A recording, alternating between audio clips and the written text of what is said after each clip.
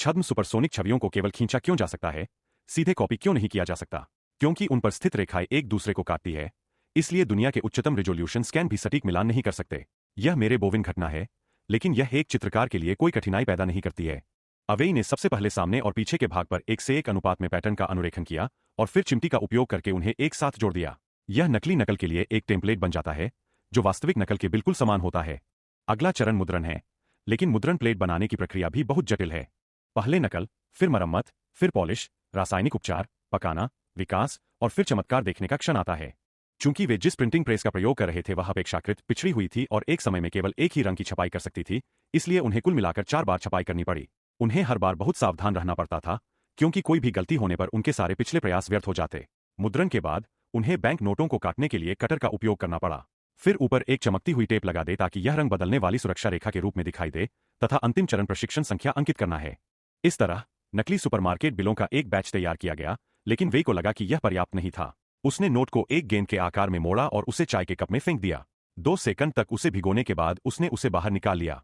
मुझे गलत मत समझिए, उन्होंने यह नहीं सोचा था कि बैंक नोट खराब तरीके से बनाया गया था, बल्कि यह कि इसे पार करना आसान था। इसे बनाने की प्रक्रिया यह है कि चाय बनाई जाती है, फिर उसे रस्सी पर लटका दिया जाता है और हेयर ड्रायर से सुखाया जाता है।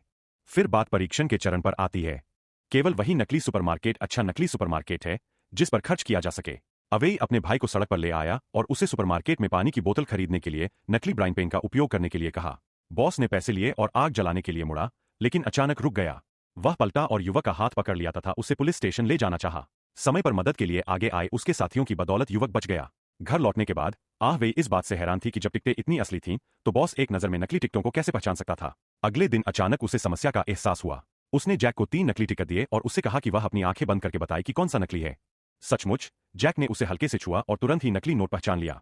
पता चला कि समस्या कागज में थी। नकली नोट जैसा ही कागज ढूंढने के लिए दोनों भाई पूरे बाजार और बोर्ड पर दौड़े, लेकिन फिर भी उन्हें कुछ नहीं मिला। आज तक जब वे एक पत्रिका का अनुवाद कर रहे थे, तो उन्होंने पाया कि इस तरह का कागज सुपर टिकट के समान था।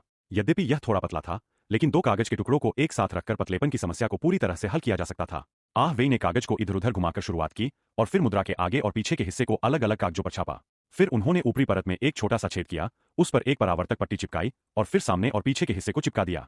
इसे अधिक यथार्थवादी बनाने के लिए उन्होंने इस पर वार्निश की एक परत भी लगाई। अंतिम बचाव चरण को अभी भी नहीं छोड़ा जा सकता। उन्होंने बैंक नोटों को चाय में डाला, फिर उन्हें बाहर निकाला और हेयर ड्रायर से सुखाया। इस तरह यदि 2.0 संस्करण लॉन्च किया जाता है, तो इसे परीक्षण करने की बारी वेई की होगी। बॉस द्वारा रोके जाने से बचने के लिए उसने चेक से अपना हाथ कसकर पकड़ने को कहा। उसके हाथ में सोडा और खुले पैसे देखकर वेई को एक पल के लिए तो यकीन ही नहीं हुआ। जब तक वह घर जाने वाली बस में नहीं चढ़ा, तब तक उसे यह एहसास नहीं हुआ कि वह सचमुच अमीर बनने जा रहा है।